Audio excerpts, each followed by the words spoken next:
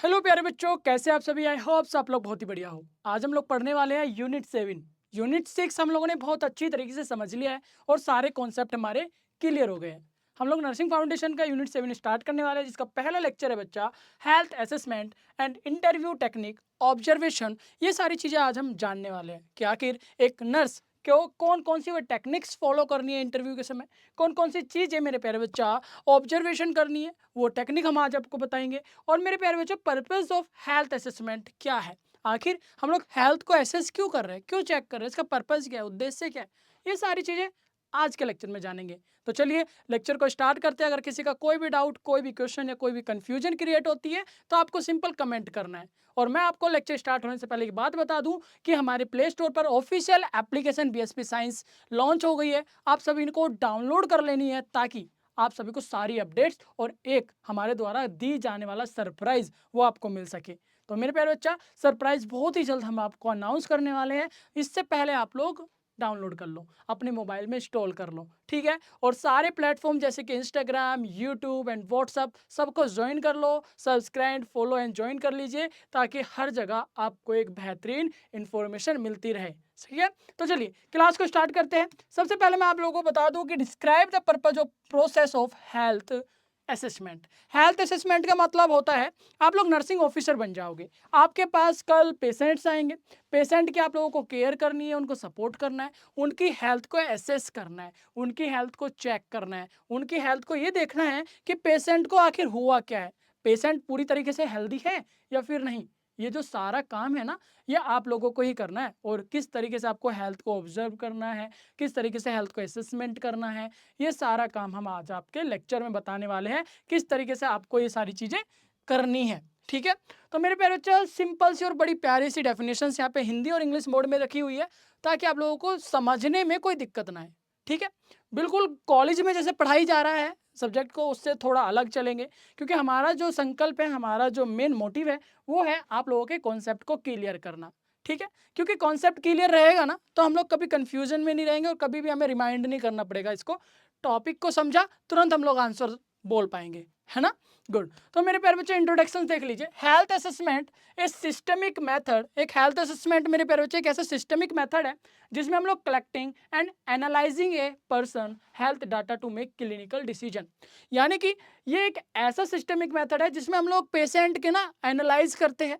Analyse करने के बाद उसके हेल्थ के बारे में जानते हैं और कि उसको क्या हुआ है, उसका पूरा वाइटल साइन वगैरह लेते हैं, जितने भी है हम लोग सारे वाइटल मॉनिटरिंग करते हैं, उससे थोड़ी हिस्ट्री वगैरह पूछते हैं और उसको ऑब्जर्व करते हैं। उसके बाद हम लोग एक क्लिनिकल डिसीजन पे आते हैं कि आखिर इसको कौन सा सपोर्ट देना है, कौन सा ट्रीटमेंट देना है, या इसका ट्रीटमेंट प्लान क्या बनाना है। ये सारे काम करने के से पहले हम लोगों को ये हेल्थ असेसमेंट करना बहुत ज़्यादा जरूरी है, जो कि एक हमारा सिस्टमिक मेथड है। ठीक है? इतनी बात समझ में आ गई? Very good. तो ये तो आप लोगों को बड़ी प्यार से अच्छे से समझ में आ गया, क्लियर आ गया। इसके बाद हमारे सामने आता है पर्पस का। आखिर हम लोग हेल्थ को असेस कर क्यों रहे हैं? सिंपल सी बात है, हम किसी की हेल्थ को क्यों जांचेंगे? ताकि हमें पता चल सके कि वो पेशेंट पूरी तरीके से ठीक है, पूरी तरीके से हेल्दी है या फिर नहीं। ठीक है? तो पेशेंट को मेरे प्यारे बच्चा इंफॉर्मेशन लेने के लिए and establish database of patient information, उसको डाटा को कलेक्ट करने के लिए हम लोग करते हैं असेसमेंट। ठीक है? दूसरा है identity current and potential health problem. यानी कि मेरे प्यारे बच्चा उसकी करंट एंड पोटेंशियल हेल्थ, यानी कि मेरे प्यारे बच्चों जो पेशेंट है हमारा, उसकी हेल्थ के भी पोटेंशियल क्या है। पोटेंशियल का मतलब होता है क्षमता कितनी है उसकी, कहीं वो बीमार तो नहीं है, कहीं वो पूरी तरीके से ठीक है, अब ये डिस्चार्ज कर सकते हैं या नहीं कर सकते। ये सारी चीज़ें करंट स्टेटस जानने के लिए पेशेंट की हेल्थ का, वो हम लोग अपना असेसमेंट के कारण जान पाते हैं, असेसमेंट की वजह से हो पाता है। ठीक है? उद्देश्य समझे? गुड। इसके बाद आता है third, to make clinical judgement और डायग्नोसिस। यानी कि पेशेंट का ट्रीटमेंट प्लान बनाना, पेशेंट को डायग्नोस करना, उसके लिए भी असेसमेंट काफ़ी ज़्यादा जरूरी है। तो इसीलिए हम लोग असेसमेंट करते हैं, हेल्थ असेसमेंट। फोर्थ नंबर देखिएगा, to monitor and evaluate care. यानी कि पेशेंट को इवेल्युएट करने का, इवेल्युएट का मतलब होता है पेशेंट को जांचने का, कि जब पेशेंट मेरे पास आया था तब इसकी हेल्थ की कंडीशन क्या थी, अब पेशेंट यहाँ से डिस्चार्ज हो रहा है, अब इसकी हेल्थ की कंडीशन क्या है। तो इनको एनालाइज करना, इनको इवेल्युएट करना, इसको कहते हैं मेरे प्यारे बच्चा मॉनिटर एंड इवेल्युएट असेसमेंट के कारण ये हो पाता है। ठीक है? बहुत आसान से समझ में आ रहा है। किसी को कोई भी दिक्कत है तुरंत कमेंट करना है, कोई प्रॉब्लम होगी कमेंट करना है, डाउट हो रहा है कमेंट करना है, कन्फ्यूजन हो रही है कमेंट करना है। मुझसे बात करने के लिए व्हाट्सएप ग्रुप ज्वाइन करके आप मेरे को ग्रुप में ही टैग कर सकते हैं, ठीक है, गुड। इसके बाद मेरे पे अच्छा 5th नंबर देखेंगे, to enhance communication among health care provider, यानी कि मेरे प्यारे बच्चा जो हेल्थ केयर प्रोवाइडर है, यानी कि आप लोग नर्सिंग ऑफिसर या आपका दूसरा स्टाफ जो कि हेल्थ केयर्स दे रहा है हमारे पेशेंट को, तो उसके साथ और आपकी जो टीम मेंबर है उनके साथ जो आपकी कम्युनिकेशंस है वो सही बढ़ती रहे और सही तरीके से रहे, इन्हांस हो। क्लियर है? तो ये सारी ना असेसमेंट के कारण ही हो पाता है, तो असेसमेंट इसलिए काफ़ी ज़्यादा जरूरी है, ठीक है। इतनी तो आपको समझ में आ गया, आसानी से बता दोगे, आसानी से लिख दोगे, कोई प्रॉब्लम नहीं होगी, वेरी गुड। इसके बाद मैं आप लोगों को बता देना चाहता हूँ कि जो हम लोग हेल्थ असेसमेंट कर रहे हैं, यानी कि हेल्थ असेसमेंट कितने टाइप्स का होता है, बड़ी सिंपल लैंग्वेज में लिखिए, अपना थियोरेटिकल सब्जेक्ट है, ठीक है, और आपका जो इसका प्रैक्टिकल होगा वो आपको सिखाया जाएगा, आपके हॉस्पिटल में इसके लिए ट्रेनिंग कराई जाएगी, है ना, वो सब आप लोग अटेंड जरूर कीजिएगा। थियोरेटिकल भी आप लोगों को कॉन्सेप्ट क्लियर बेस समझना है, ताकि आप लोग थ्योरी में भी एक्सपर्ट रहो और आप लोग प्रैक्टिकल करोगे अपनी स्किल भी एक्सपर्ट तरीके से सीखते रहो, है ना, ताकि आप लोग एक परफेक्ट नर्स बन सको, एक परफेक्ट और जेन्युइन नर्सिंग ऑफिसर बन सको। इस उद्देश्य से आप लोगों को पढ़ाई करनी है और आगे बढ़ना है। क्लियर है? ठीक है, हम लोग बात कर लेते हैं कि आखिर हमारा कितने टाइप्स के हेल्थ असेसमेंट होते हैं। तो देखिएगा, यहाँ पे सबसे पहले बात करेंगे कंप्रेहेंसिव असेसमेंट का, यानी कि व्यापक मूल्यांक, पूरी स्वास्थ्य की जानकारी एकत्रित करना, पेशेंट का ना पूरी हिस्ट्री ले लेना, पूरे हेल्थ असेसमेंट कर लेना, पूरा डाटा कलेक्ट कर लेना, उसको कहते हैं कंप्रीहेंसिव। कंप्रीहेंसिव का मतलब क्या होता है? पूरी स्वास्थ्य जानकारी एकत्रित कर लेना, पूरा डाटा को कलेक्ट कर लेना पेशेंट से, ठीक है, खासकर नए मरीजों के लिए। नए मरीजों के लिए सारा डाटा हमारे पास रहेगा, तो हम लोग मेरे प्यारे बच्चा जो नया मरीज आएगा पुराने मरीज से हम लोग सिम्टम्स को मैच करेंगे और फिर हम लोग वही ट्रीट देंगे जो हम लोगों ने लास्ट टाइम पे दिया था, और वो गलतियां, वो एरर, वो एक्सीडेंट हम लोग बिल्कुल नहीं करेंगे जो हम लोगों ने लास्ट टाइम पे किसी पेशेंट के से सीखा था। समझ में आ रहा है? इसीलिए हम लोग ये डाटा कलेक्ट करते हैं, जिसको हम कंप्रेहेंसिव असेसमेंट को कंप्रीहेंसिव असेसमेंट बोलते हैं। इससे हम लोग काफ़ी कुछ सीखते हैं, पुरानी गलतियों को हम लोग सुधार करते हैं और पुराने ट्रीटमेंट जो भी अच्छा हुआ है उसको हम लोग आगे प्रोसीज करते हैं। आई होप सब लोगों को समझ में आ रहा है। इसके बाद हम लोग सेकंड देखते हैं फोकस असेसमेंट पे, यानी कि जब हम असेसमेंट कर रहे होते हैं एक विशेष समस्या पर ध्यान देना, कोई ऐसी नई बीमारी आ गई या कोई ऐसा ट्रीटमेंट हम लोग कर रहे हैं पेशेंट का, कोई ऐसा डायग्नोसिस कर रहे हैं या किसी बीमारी के ऊपर बात कर रहे हैं, तो हम लोग ना पूरी फोकस से हम लोग पूरी तरीके से वहाँ पे फोकस असेसमेंट करेंगे, अच्छी तरीके से उसके बारे में जानेंगे, अच्छी तरीके से उसको ट्रीट करेंगे। क्लियर है? Very good. इमरजेंसी असेसमेंट की बात करें, यानी कि आपातकालीन मूल्यांक। आपातकालीन मूल्यांक का मतलब होता है त्वरित, यानी कि बहुत ही तुरंत, एकदम जल्दी जानकारी को इकट्ठा करना जब समय कम हो और स्थिति गंभीर हो, यानी कि इमरजेंसी कंडीशन में हम लोगों को बहुत ही जल्दी एंड बहुत ही फास्ट हर चीज़ को एकत्रित करना होता है, तुरंत ट्रीटमेंट प्लान बनाना होता है, तुरंत पेशेंट को हम लोगों को ट्रीटमेंट देना होता है, तो हर चीज़ बहुत फास्ट करनी होती है, तो ये हमारे इमरजेंसी असेसमेंट कहलाते हैं। ठीक है, असेसमेंट, इमरजेंसी असेसमेंट जब भी कोई आप लोग बात सुनोगे तो तुरंत समझ जाना है कि हमें क्विकली सारी इन्फॉर्मेशन को इकट्ठा करना है, क्विकली हमें ट्रीटमेंट प्लान बनाना है, क्विकली हम लोगों को मेरे प्यारे बच्चा पेशेंट को सर्विस प्रोवाइड करवानी है। ठीक है, ये सारी चीज समझ गए, very good. On going partial assessment क्या होता है? ऑन गोइंग पार्शियल असेसमेंट का मतलब होता है पहले की गई जांचों का दोहराव निगरानी, यानी कि मेरे प्यारे बच्चों पहले से जो जो चीजें करा दिया गया है, पहले पेशेंट का डायग्नोसिस हो चुका है, पहले ब्लड टेस्ट हो चुका है, एक्सरे हो चुका है, अल्ट्रासाउंड हो चुका है, जो भी पेशेंट की कंडीशन के बेस पे जो भी टेस्ट हुए होंगे उसको सावधानी से अच्छी तरीके से जांचना और दोहराव करना, दोबारा से करना। ठीक है, ये सारी चीज़ें को हमें ध्यान में रखना है। यही हमारे कुछ टाइप्स होते हैं असेसमेंट के, हेल्थ असेसमेंट के। क्लियर हुआ? सारे असेसमेंट के टाइप समझ में आ गए? किसी का कोई डाउट कन्फ्यूजन तो नहीं है दिमाग में? हो भी गा तो आप लोगों ने कमेंट करना है, ताकि मैं आपका ये डाउट भी और ये कन्फ्यूजन भी क्लियर कर सकूं। हमारा मेन कॉन्सेप्ट ही क्लियर करना है। ठीक है, मेन कॉन्सेप्ट पढ़ाई का क्या है? अपने कॉन्सेप्ट को क्लियर करना। कॉन्सेप्ट क्लियर रहेगा कभी भी प्रॉब्लम नहीं आने वाली। ओके बच्चा, वेरी गुड। इसके बाद हम लोग पर्पज ऑफ हेल्थ असेसमेंट की बात कर रहे हैं। पर्पज ऑफ हेल्थ असेसमेंट का क्या मतलब है? हेल्थ असेसमेंट का उद्देश्य जो कि हम लोग पहले बात कर चुके हैं, सेम वही है, डाटा को कलेक्ट करना, डाटा की वैलिडेशन यानी कि जानकारी की पुष्टि करना कि जो भी हमारे पास जानकारी है क्या वो सही है, क्या वो सटीक है, कहीं गलती तो नहीं हुई, क्या गलती से कुछ एक्स्ट्रा तो नहीं लिख दिया गया, ये सारी चीज़ों को देखना। उसके बाद डाटा ऑर्गेनाइजेशन यानी कि जानकारी को व्यवस्थित करना, यानी कि मेरे प्यारे बच्चे डॉक्यूमेंटेशंस में अच्छी तरीके से व्यवस्थित करना, लिखना और उसको इकट्ठा इकट्ठा करके अपने पास सेफ रखना, ये सारी चीज़ें हमारी डाटा ऑर्गेनाइजेशंस के अंदर आती है। डाटा इंटरप्रिटेशंस का मतलब होता है जानकारी का विश्लेषण करना, स्वास्थ्य की स्थिति को समझना और निरीक्षक करना।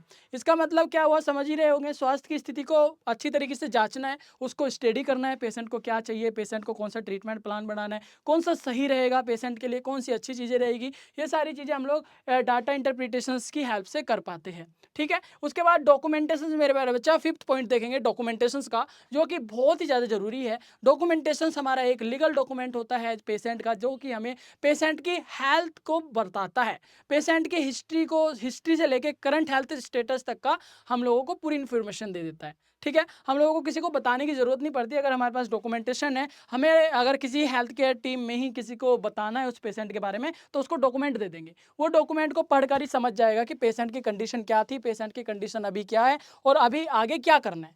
ठीक है, तो ये डॉक्यूमेंटेशन से हमें पता चलता है, यानी कि सारी जानकारी को सही ढंग से एकत्रित करना, वही हमारा डॉक्यूमेंटेशन कहते हैं, और ये एक लीगल पेपर होता है पेशेंट का। ठीक है, गुड। इसके बाद बच्चा आप देखेंगे कि रोल ऑफ नर्स, यानी कि जो आप लोग नर्सिंग ऑफिसर हो, आप लोग नर्स हो, तो आपकी क्या रेस्पॉन्सिबिलिटी बनती है, आपकी क्या रेस्पॉन्सिबिलिटी बनती है कि हेल्थ असेसमेंट के केस में, आपकी रेस्पॉन्सिबिलिटी बनती है establish trust with the patient, patient के साथ इस तरीके का रिलेशन बनाना है कि आपका जो पेशेंट है वो आप पे विश्वास करने लगे, आपसे डरे ना, आपसे घबराए ना, आपको अपना फैमिली मेंबर की तरह ही वो माने। इस तरीके का आप लोगों को, मेरे प्यारे बच्चे, ट्रस्ट स्टेबलाइज करना है पेशेंट और आपके बीच में। क्लियर है, ये आपका काम है, और यही काम मेरे प्यारे बच्चा पेशेंट को बहुत ही ज़्यादा ठीक होने में प्रेरित करता है। ठीक है, गुड। इसके बाद मेरे प्यारे बच्चों, पेशेंट को कंफर्टेबल फील करवाना आपका काम है, फ्रेंडली एंड रेस्पेक्टफुल बिहेवियर रखना ये भी आपका काम है, और collecting accurate health data, patient को एक्चुअल में है क्या, पेशेंट का एक्चुअल में प्रॉब्लम क्या हो रही है, जो उसका वाइटल साइन है या फिर उसका जो भी हिस्ट्री है, पूरे डाटा को ना एक्यूरेटली आप लोगों को कलेक्ट करना है। ये नहीं होना चाहिए कि उसने कुछ बताया, आपने समझा कुछ और आपने लिखा कुछ। ठीक है, आप लोगों ने डॉक्यूमेंटेशन पे या रिकॉर्ड पे जो भी रिकॉर्ड करना है, तो आप लोगों ने एक्यूरेट करना है, जितना भी डाटा आप लोग लेगा वो करेक्ट लोगे। ठीक है, पेशेंट से अच्छे से बिहेव करोगे, पेशेंट से अच्छी तरीके से बात करोगे, अच्छा रिलेशन बनाओगे और अच्छी तरीके से एक्यूरेटली अपने डाटा को कलेक्ट करोगे, ये आपका रेस्पॉन्सिबिलिटी होता है, और आपको अपनी रेस्पॉन्सिबिलिटी निभानी है ताकि आप लोग एक परफेक्ट और बेहतरीन नर्स बन सको। इसके बाद मैं आप लोगों को बता देना चाहता हूँ कि परफॉर्मिंग फिजिकल एग्जामिनेशन, यानी कि फिजिकल एग्जामिनेशन का मतलब होता है, आप लोगों ने मेरे बच्चा उसकी आर्टरी चेक की, उसकी रिदम चेक की, उसको फिजिकली चेक किया, फिजिकल बॉडी उसकी चेक करी, कहीं कोई प्रॉब्लम तो नहीं है, इसको कहते हैं फिजिकली एग्जामिनेशन करना, विजुअलाइजेशन करना, उस पेशेंट को देखना, ऑब्जर्व करना, कहीं इसको और कुछ प्रॉब्लम तो नहीं है, कहीं इसको शारीरिक कोई चोट तो नहीं आई है, ये काम भी आप लोगों का ही है, ये आप लोगों को करना है। ये टेक्निक जैसे कि इंस्पेक्शन करना, इंस्पेक्शन का मतलब समझ रहे हो, जाके आप लोगों को देखना है कहीं इसके हाथ पे चोट तो नहीं आई, कहीं बॉडी पे कोई दूसरी जगह गुम चोट तो नहीं है, क्या कोई बॉडी में क्रैक तो नहीं आ गया, कोई छील तो नहीं गया, या किसी प्रकार का ट्रॉमा आपको कहीं और से नजर तो नहीं आ रहा, ये इंस्पेक्शन करना है, आपका काम है, नर्सिंग ऑफिसर का काम है। इसके बाद मेरे बच्चा पेशेंट की ओवरऑल फिजिकल कंडीशन को चेक करना है। ठीक है, जो कि मैंने आपको बताया, अच्छे से समझ में आ गया होगा, और आई होप सो बच्चा इतनी अच्छी तरीके से आप लोगों को कोई भी एक्सप्लेन नहीं करेगा, है ना, कर रहा है या नहीं कर रहा वो मुझे आप लोग कमेंट में बता दीजिएगा, कॉलेज में कैसे पढ़ाई हो रही है और हमारा जो कॉन्सेप्ट है वो कैसा आपको लग रहा है। ठीक है, अगर अच्छा लग रहा है तो इससे आपको, मेरे प्यारे बच्चा, प्ले स्टोर से एप्लीकेशन को डाउनलोड कर लेना है, बहुत ही जल्द आपको एक सरप्राइज मिलने वाला है, मैं आपसे वादा करता हूँ। इसके बाद अगले टॉपिक पे आते हैं, जो कि identify health need and problem है, स्वास्थ्य जरूरतों और समस्याओं की पहचान हम लोगों को करनी है, यानी कि पेशेंट को चेक करना है कि अभी पेशेंट को कौन सी बीमारी है, रिस्क फैक्टर क्या है, कौन कौन सी चीज़ें हैं जिससे हमें अवॉइड करना है, जिससे हमें प्रिवेंट करना है, पेशेंट को बचाना है, सिम्टम्स वगैरह चेक करना है, और मेरे प्यारे बच्चा, और जो भी पेशेंट को प्रॉब्लम हो रही है, जो भी बीमारी हो रही है, उस पर फोकस करना है, अर्ली डिटेक्शंस कर लेना है, यानी कि अगर कोई बीमारी अभी स्टार्ट हुई है, दूसरी बीमारी स्टार्ट हो रही है, तो उसको अर्ली डिटेक्ट कर उसको ही क्या कर लेना है, सेव कर लेना है। ठीक है बच्चा, उसको क्या कर लेना है, प्रिवेंट कर लेना है उस बीमारी से पेशेंट को। इतनी बात क्लियर हो गई है,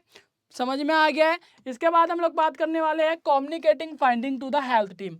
यानी कि मेरे प्यारे बच्चा, डॉक्टर हो गए, फिजियोथेरेपिस्ट हो गए, यानी कि पेशेंट को जिसकी भी जरूरत है, अगर पेशेंट को कोई फिजियोथेरेपिस्ट की जरूरत है या फिर डॉक्टर की जरूरत है या फिर मेरे प्यारे बच्चा कोई दूसरे हेल्थ केयर टीम की जरूरत है, तो आप लोगों को क्या करना है, कम्युनिकेट करना है। ये भी आप लोगों का काम है, डॉक्टर को, फिजियोथेरेपिस्ट को या दूसरे हेल्थ केयर टीम को उस पेशेंट के बारे में बताना कि आखिर पेशेंट में प्रॉब्लम क्या है, पेशेंट को हुआ क्या है। ये सारी चीजें आप लोग ही तो बताओगे। यही तो काम है आप लोगों का कि पेशेंट को पहले आप लोग असिस्ट करो, पेशेंट को पूरी तरीके से इंस्पेक्शन करो, फिजिकली करो, हर तरीके से चेक कर लो, उसके बाद जाके अपनी हेल्थ केयर टीम में, चाहे वो फिजियोथेरेपिस्ट हो, चाहे वो डॉक्टर हो या कोई दूसरा हेल्थ केयर टीम मेंबर हो, ठीक है, उनको आप लोगों को बताना है। उसके बाद प्रोवाइडिंग इमोशनल सपोर्ट।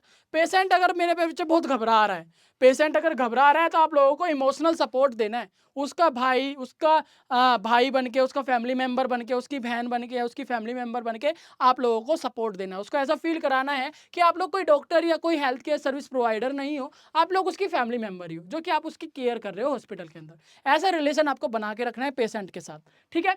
पेशेंट को समझना पड़ेगा, सुनना पड़ेगा, पेशेंट कैसा है, पेशेंट का नेचर कैसा है, उस हिसाब से आप लोगों को चेंज होकर उसके साथ ऐसे बात करनी है। ये आपके अंदर कला होनी चाहिए।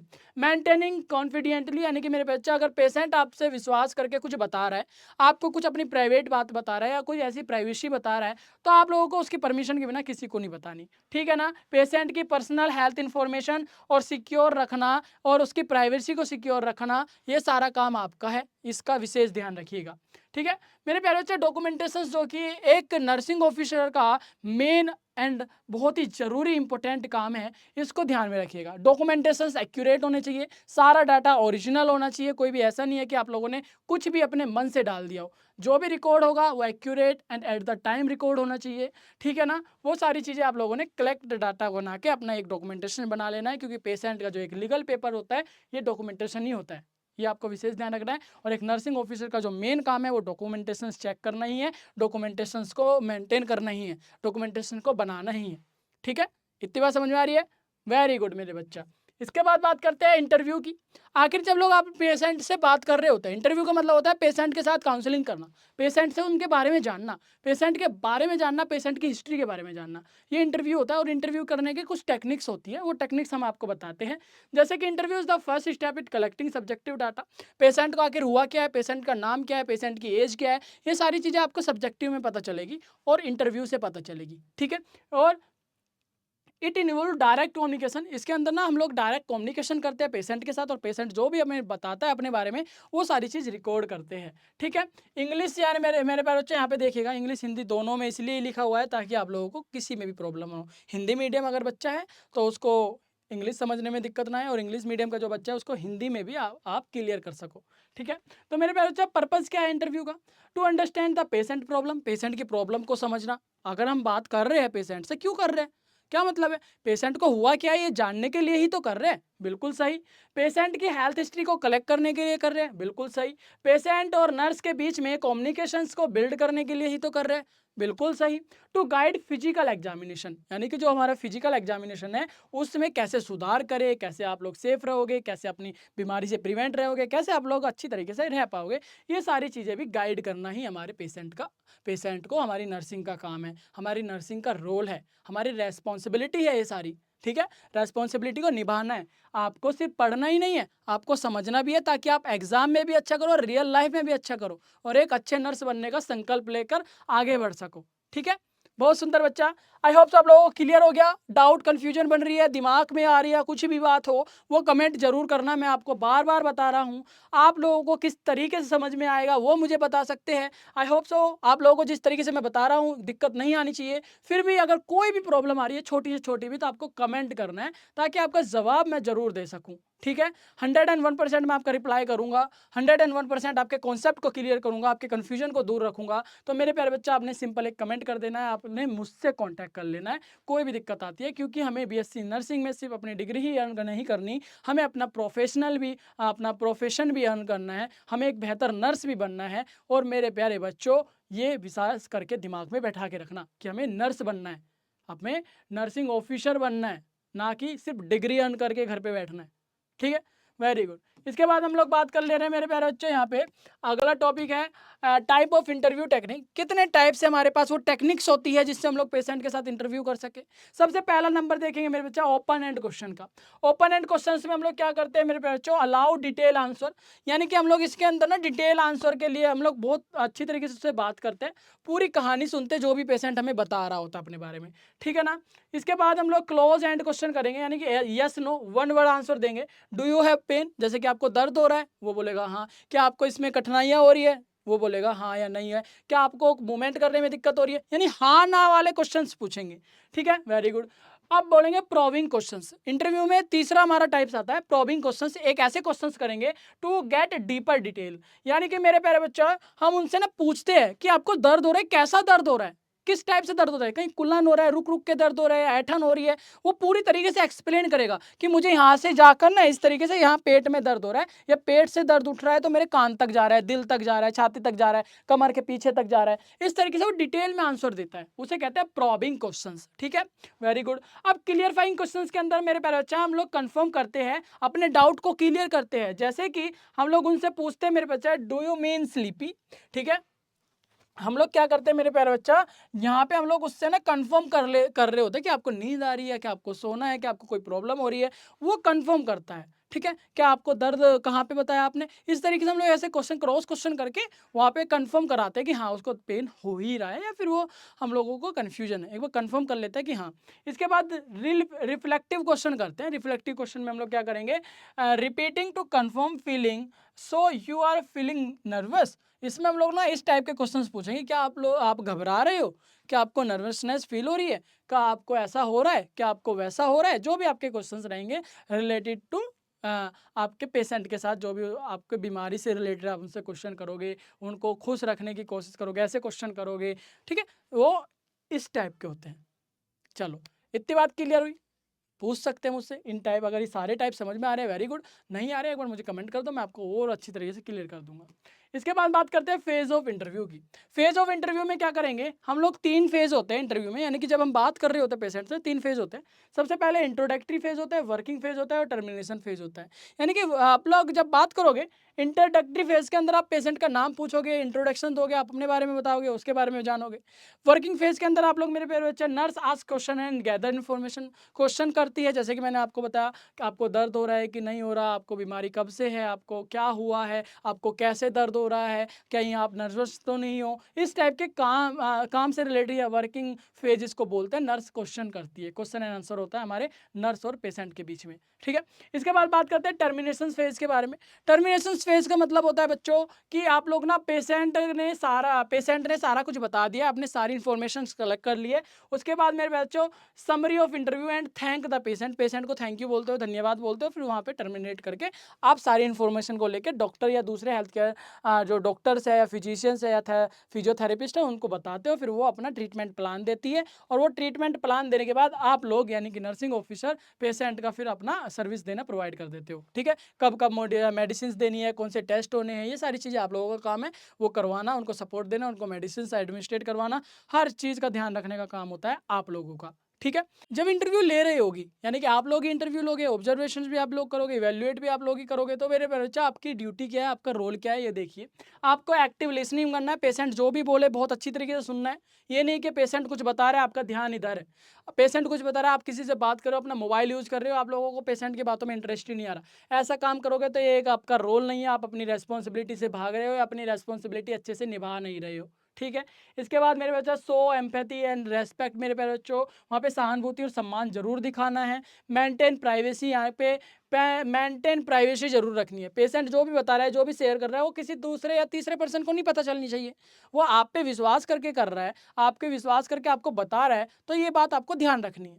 इसके बाद यूज प्रॉपर बॉडी लैंग्वेज, आप ना बहुत अच्छी तरीके से अपनी बॉडी लैंग्वेज प्रोफेशनल रखिएगा, ताकि पेशेंट भी इंप्रेसिव रहे, और पेशेंट इंप्रेसिव होगा, पेशेंट इंप्रेस होगा तो आप लोगों के साथ रिलेशन अच्छा बनाएगा, ठीक है। इसके बाद हम लोग अवॉइड जजमेंटल एटीट्यूड, जज बिल्कुल नहीं करना। पेशेंट जो भी बता रहा है, अच्छा ऐसा हुआ था, ओके ओके, आपको और क्या प्रॉब्लम है, इस तरीके से प्यार से बात करनी है। ये नहीं है कि आप जज करने लगो, कुछ भी करने लगो, अच्छा आपका पेन हुआ है, आपने ये करा है ना इसीलिए ये हो रहा है, ऐसा कुछ नहीं बोलना जो उसको बुरा लग जाए, ठीक है, गुड। ये भी आपको समझ में आ गया। इसके बाद बैरियर की बात करें, आखिर कौन कौन से वो फैक्टर्स है, कौन से वो कारण है, कौन से वो बैरियर्स है जो कि एक इफेक्टिव इंटरव्यू को इफेक्ट करता है। इफेक्टिव इंटरव्यू का मतलब होता है कि आप लोग पेशेंट से जो बात कर रहे हो वो बहुत अच्छी तरीके से कर रहे हो, लेकिन अगर कुछ ऐसे बैरियर्स आ जाए जिसकी वजह से अच्छी तरीके से इंटरव्यू ना हो पाए, तो वो बैरियर कौन कौन से हैं? जैसे कि आपका लैंग्वेज बैरियर है। अगर पेशेंट की लैंग्वेज आपको समझ नहीं आ रही या फिर पेशेंट को आपकी लैंग्वेज समझ नहीं आ रही, क्या आपका इंटरव्यू इफेक्टिव होगा? नहीं होगा। ना आप उसकी समझोगे, ना वो आपकी समझेगा।